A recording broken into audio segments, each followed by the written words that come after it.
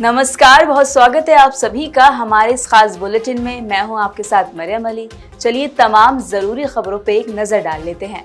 उत्तर भारत में गर्मी काफी तेजी से बढ़नी शुरू हो गई है। इसी के साथ मौसम विभाग ने ये अलर्ट दे दिया है कि 10 अप्रैल तक हो सकता है कि तापमान 42 के पार चला जाए।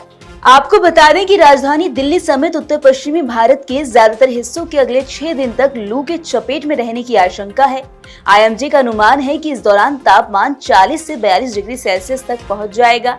वहीं अगले हफ्ते मंगलवार के बाद पश्चिमी विक्षोभ की सक्रियता से तापमान में थोड़ी नमी आ जाएगी। मौसम विभाग का कहना है कि शनिवार से यानी आज से अगले 5 दिनों के लिए मौसम खासा गर्म रह सकता है। इस दौरान उत्तर पश्चिमी भारत के दक्षिणी हरियाणा, पश्चिमी उत्तर प्रदेश, हिमाचल प्रदेश, पंजाब, गुजरात, राजस्थान और पश्चिमी मध्य प्रदेश में लू चलेगी।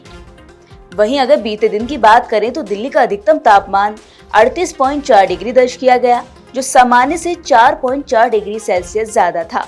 वहीं न्यूनतम तापमान 18.8 डिग्री रहा, जो इस समय का सामान्य तापमान है। वहीं अगर हवा में नमी की बात करें तो उसका स्तर 63 से 18% तक बना रहा।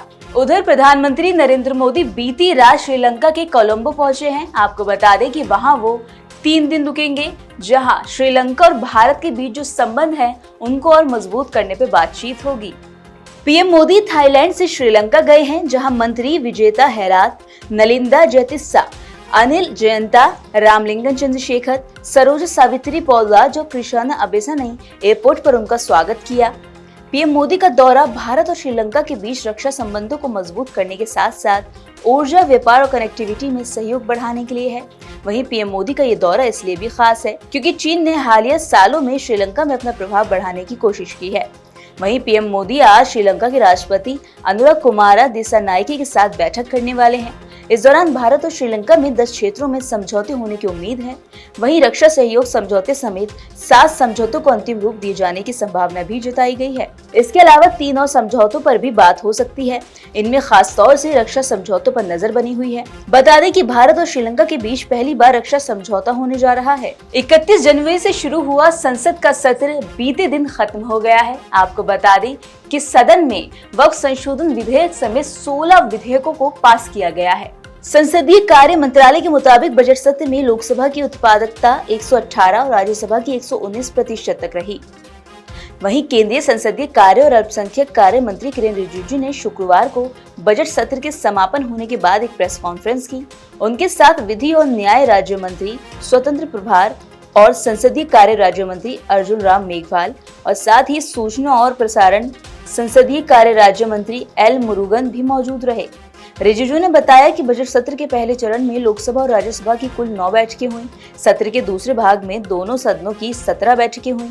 पूरे बजट सत्र के दौरान कुल 26 बैठकें हुई हैं। साल के पहले सत्र होने की वजह से राष्ट्रपति ने 31 जनवरी को संविधान के अनुच्छेद 87(1) के अनुसार सदन के दोनों सदनों को संबोधित किया था। दिल्ली विकास प्राधिकरण यानी कि डीडीए ने दिल्ली के कई पार्कों में शुल्क लेना शुरू कर दिया है। जी हां, अब आप फ्री में वहां एंट्री नहीं कर सकते, आपको पैसे देने पड़ेंगे। इसके खिलाफ कई लोगों ने ये बात कही है कि ये बहुत गलत है। आपको बता दें कि अगर आप वहां जाएंगे तो बुजुर्गों के लिए 10 रुपए फीस है और जो सामान्य लोग हैं उनके लिए 20 रुपए। वहीं अगर विदेशी लोग एंट्री करते हैं तो उनके लिए 100 रुपए फीस रखी गई है। वहीं इसी के साथ लोगों को सुविधा के लिए महीने की पास की फीस भी दी गई है, यानी कि अगर महीने के आप पैसे बनवाना चाहते हैं तो वो भी कर सकते हैं। मासिक पास के लिए वरिष्ठ नागरिकों को 100 रुपए देने होंगे और सामान्य लोगों को 200 रुपए। वहीं पार्क में विद्यार्थियों और 13 साल तक के बच्चों का प्रवेश निःशुल्क बताया गया है। विद्यार्थियों को पार्क में प्रवेश से पहले गार्ड को परिचय पत्र दिखाना होगा। दोनों पार्क सुबह 5 बजे से शाम 7 बजे तक खुले रहेंगे। वहीं डीडीए के उद्यान विभाग के उप निदेशक पंकज गुनावत ने बताया कि 27 फरवरी को मयूर विहार फेज 3 स्थित स्मृति वन पार्क और 7 मार्च को यमुना पार स्थित कॉमनवेल्थ गेम्स विलेज के पास अमृत बायोडायवर्सिटी पार्क का उपराज्यपाल वीके सक्सेना ने उद्घाटन कर दिल्ली वासियों को सौंप दिया था। डीडीए ने बताया कि स्मृति वन को परिजनों की याद में एक पेड़ लगाओ की थीम पर बनाया गया था और इस तरह घने पेड़ों से घिरा एक हरित क्षेत्र बन चुका है, जो लगभग 58 एकड़ क्षेत्रफल में फैला हुआ है।